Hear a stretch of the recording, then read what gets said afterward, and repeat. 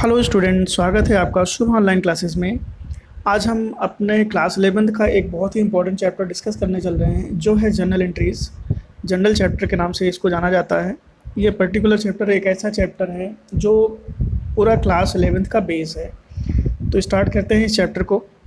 और इस चैप्टर का ज़्यादा से ज़्यादा समझने के लिए आप हमारे पिछले वीडियो को ज़रूर देखिएगा, क्योंकि कॉन्सेप्ट वहीं से निकल के आया हुआ है।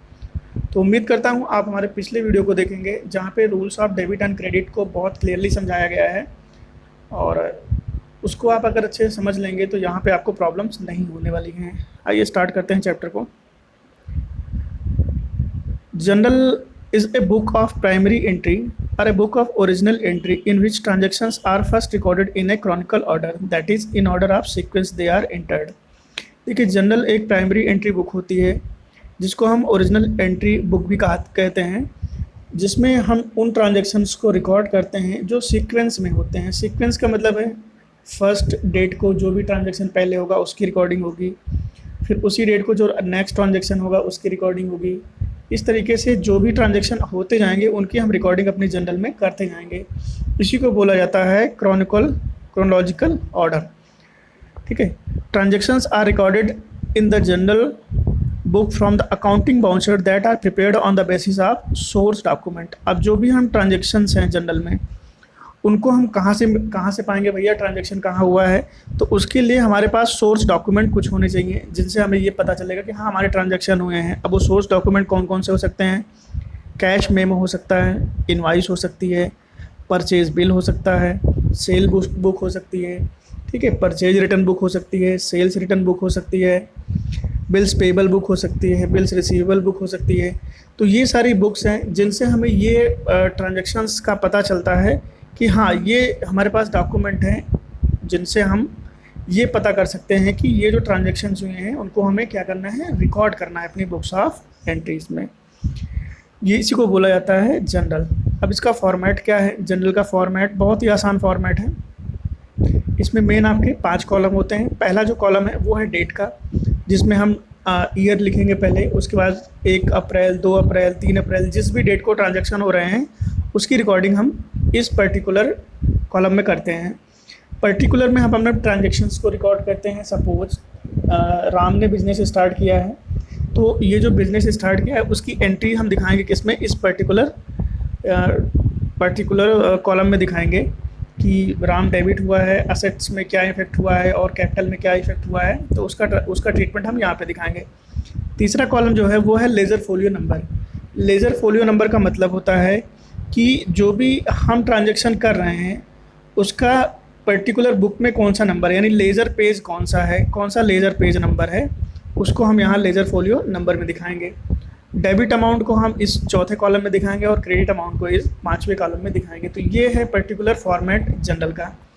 एक क्वेश्चन करते हैं तो ज़्यादा क्लैरिटी आ जाएगी फॉर्मेट की भी और हमारे कॉन्सेप्ट की भी। देखिए, क्वेश्चन करने से पहले मैं अपने पिछले वीडियो का ये आपको गोल्डन रूल्स दिखाता हूँ, जो कि मॉडर्न अकाउंटेंसी पे बेस्ड है।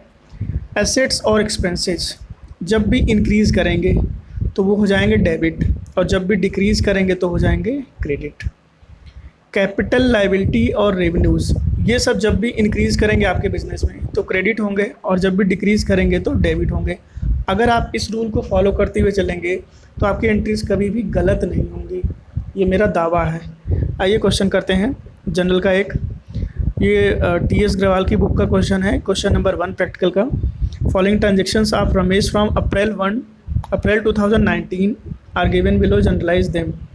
2019 अप्रैल 1 Ramesh start business with cash 1 lakh rupees. Ramesh ने बिजनेस स्टार्ट किया है 1 लाख रुपए से। बिजनेस स्टार्ट करेगा तो बिजनेस में दो चीज़ों का इफेक्ट होगा, एक कैश बढ़ेगा, एक कैपिटल इंक्रीज़ होगी। तो यहाँ पे एसेट्स भी आपकी इंक्रीज़ हो रही है और कैपिटल भी आपकी इंक्रीज़ हो रही है। दूसरा आपका ट्रांजेक्शन है पेड इनटू बैंक। बैंक को पे किया मतलब हमारा बैंक बैलेंस बढ़ा और कैश हमारा चला गया। तो इफेक्ट कहाँ पे हो रहा है? एसेट्स में इफेक्ट हो रहा है। एसेट्स आपकी क्या हो रही है? एक तरफ इंक्रीज़ हो रही है, यानी बैंक अकाउंट आपका बढ़ रहा है, दूसरी तरफ आपका कैश अकाउंट क्या हो रहा है? कम हो रहा है। दूसरा है bought goods for cash. Goods हम परचेज कर रहे हैं कैश देके, तो इफेक्ट किस साइड हो रहा है? एसेट साइड में हो रहा है। आपके पास गुड्स तो आ रही है, लेकिन बदले में क्या हो रहा है? आपका कैश क्या हो रहा है? डिक्रीज़ हो रहा है। तो वन साइडेड इफेक्ट है, यानी एसेट्स में ही आपका इसका ट्रीटमेंट होगा। नेक्स्ट है Drew cash from bank for office use, हमने बैंक से पैसा निकाला, मतलब कैश हमारा बढ़ा और बैंक कॉलम क्या हो गया, कम हो गया। तो जनरल एंट्री में क्या हो जाएगा, cash account debit to bank account. Next entry है अप्रैल 13 की, sold goods to Krishna, Krishna को हमने सामान बेचा। अब देखो यहाँ पे कैश की कोई बात नहीं हुई है, लेकिन गुड्स बिक रही है, तो जाहिर सी बात है हमारा डेटर क्रिएट हो गया है। कृष्णा कौन है, हमारा डेटर है, तो Krishna debit to sales account. Next है बॉट गुड्स फ्रॉम श्याम, अब हमने श्याम से गुड्स खरीदी है, मतलब ये हमारी क्या है, लाइबिलिटी क्रिएट हो गई, श्याम हमारा क्रेडिटर्स है। तो गुड्स अकाउंट डेबिट और परचेज अकाउंट डेबिट टू, आप गुड्स भी डेबिट कर सकते हो, परचेज को भी डेबिट कर सकते हो, टू श्याम, ये हमारी लाइबिलिटी क्रिएट हो गई जनरल एंट्री में। नेक्स्ट एंट्री है कृष्णा रिटर्न गुड्स, अब कृष्णा को जो सामान हमने 13 को बेचा था उसने 12 तारीख को सामान वापस कर दिया, तो उस टाइम हमने जनरल एंट्री की थी Krishna debit to sales account, और अभी हमें जनरल एंट्री क्या करनी है, sales return account debit to Krishna, ये जनरल एंट्री हो जाएगी यहाँ पे। 24 को received from Krishna allowed him discount, Krishna से हमें पैसा मिला, यानी हमें पैसा मिल रहा है तो कैश अकाउंट डेबिट हो जाएगा, discount allowed account debit to Krishna, ये जनरल एंट्री हो जाएगी इस वाले में। 28 को हो जाएगी paid cash to Shyam, Shyam को हमने कैश पे किया और उसके बदले हमें क्या मिला, उसने हमें डिस्काउंट भी कर दिया कुछ, तो यहाँ श्याम डेबिट हो जाएगा to cash account to discount received account. Next है अप्रैल 30 को cash sale for the month, हमने इस पर्टिकुलर मंथ में सेल किया है जो कैश में हुई है, तो कैश हमारे पास आ रहा है, यानी एसेट्स इंक्रीज कर रही है, cash account debit to sales account. Sales हमारा क्या है, रेवेन्यू जनरेट हो रहा है, तो जब भी रेवेन्यू इंक्रीज करेगा तो कहाँ जाएगा, क्रेडिट में जाएगा। पेड रेंट एक्सपेंसेस हमारे इंक्रीज हुए हैं, rent account debit to cash account. Paid salary, salary account debit to cash account. इसको और ज़्यादा अच्छे से समझ लेते हैं अपनी जनरल एंट्री में। बिजनेस स्टार्ट हुआ है, cash account debit to capital account, 1 lakh rupees debit amount और 1 लाख रुपीज़ क्रेडिट अमाउंट। हमेशा डेबिट के सामने इधर कुछ नहीं लिखना है आपको, यहाँ पे क्रेडिट के सामने आपको ये वाले कॉलम में पैसा लिखना है और यहाँ डेबिट के सामने पैसा लिखना है। बीइंग स्टार्ट बिजनेस, आपको नरेशन भी लिखना है, नरेशन आप लिखिएगा। अप्रैल 2 को बैंक में पैसा जमा हुआ है 20,000 रुपये का, bank account debit to cash account, 20,000 rupees debit में और 20,000 रुपीज़ क्रेडिट में। थर्ड एंट्री है purchase account debit to cash account, goods purchase हुई हैं और बदले में क्या गया है, पैसा गया है, तो असेट्स यहाँ पे क्या हुई है, इंक्रीज़ हुई है और असेट्स यहाँ पे क्या हुई, डिक्रीज़ हुई है। जब भी असेट्स बढ़ेगी तो डेबिट होगी, जब भी असेट्स घटेगी तो क्रेडिट हो जाएगी, तो यहाँ पे एसेट्स का ही दोनों तरफ इफेक्ट हो रहा है 50,000 रुपीज़ का। नेक्स्ट है 4 तारीख की एंट्री में cash account debit to bank account, हमने विड्रॉ किया है बैंक से पैसा ऑफिस यूज़ के लिए 10,000 रुपये, तो यहाँ पे कैश क्या हो रहा है, बढ़ रहा है और बैंक क्या हो रहा है, कम हो रहा है, तो दोनों इफेक्ट किस तरफ हो रहे हैं, असेट्स की तरफ हो रहे हैं। नेक्स्ट है Krishna debit to sales account, हमने कृष्णा को सामान बेचा है, उधार में बेचा है, तो कृष्णा डेबिट हो गया है और to sales account. Next entry है परचेज और goods account debit to Shyam, Shyam से हमने गुड्स परचेज की है 22,500 रुपये की। दूसरी एंट्री है सेल्स रिटर्न टू कृष्णा, यहाँ पे हमने कृष्णा को सामान बेचा था, इसने हमें सामान वापस किया, यहाँ पे सेल्स क्रेडिट था, यहाँ पे सेल्स रिटर्न डेबिट हो जाएगा टू कृष्णा 2,000 रुपये का। उसके बाद हमारी नेक्स्ट एंट्री है cash account debit discount allowed to Krishna, देखिए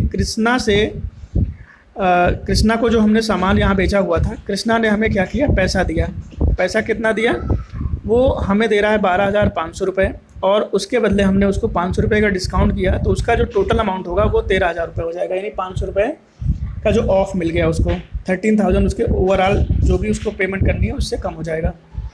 नेक्स्ट है शाम को हमने पेमेंट दी है, कितना दी है 21,500 और बदले में इसने हमें क्या किया है 1,000 का डिस्काउंट दे दिया है, कैश डिस्काउंट, तो 22,500 की एंट्री यहाँ हो जाएगी, Shyam debit to cash account to discount received account. Next है हमने पूरे मंथ में सेल की है, तो cash account debit to sales account, यहाँ पे असेट्स हमारी क्या हुई है, इंक्रीज़ हुई है और यहाँ पे रेवेन्यू भी हमारा क्या हुआ है, इंक्रीज़ हो गया है। रेंट हमारा एक्सपेंसेज है, एक्सपेंसेज इंक्रीज़ हुआ है इसलिए डेबिट हुआ है और एसेट्स कम हुई है यानी कैश कम हुआ है तो क्रेडिट हो गया है। सेम यहाँ पे भी है, ये आपका एक्सपेंसेज है यानी एक्सपेंस इंक्रीज़ होगा तो डेबिट और एसेट्स आपकी कम हो रही हैं तो आपकी क्रेडिट हो जाएंगी। तो ये था पूरा का पूरा कॉन्सेप्ट। आप इस कॉन्सेप्ट के बेस पे अगर आप क्वेश्चन करेंगे तो आपको कभी भी प्रॉब्लम नहीं आएगी और जनरल एंट्री बहुत ही आसानी से आपकी होती चली जाएगी। उम्मीद करता हूँ आपको वीडियो पसंद आई होगी। अपने दोस्तों में ज़्यादा से ज़्यादा शेयर करें और वीडियो को लाइक करना बिल्कुल मत भूलिएगा। Thank you.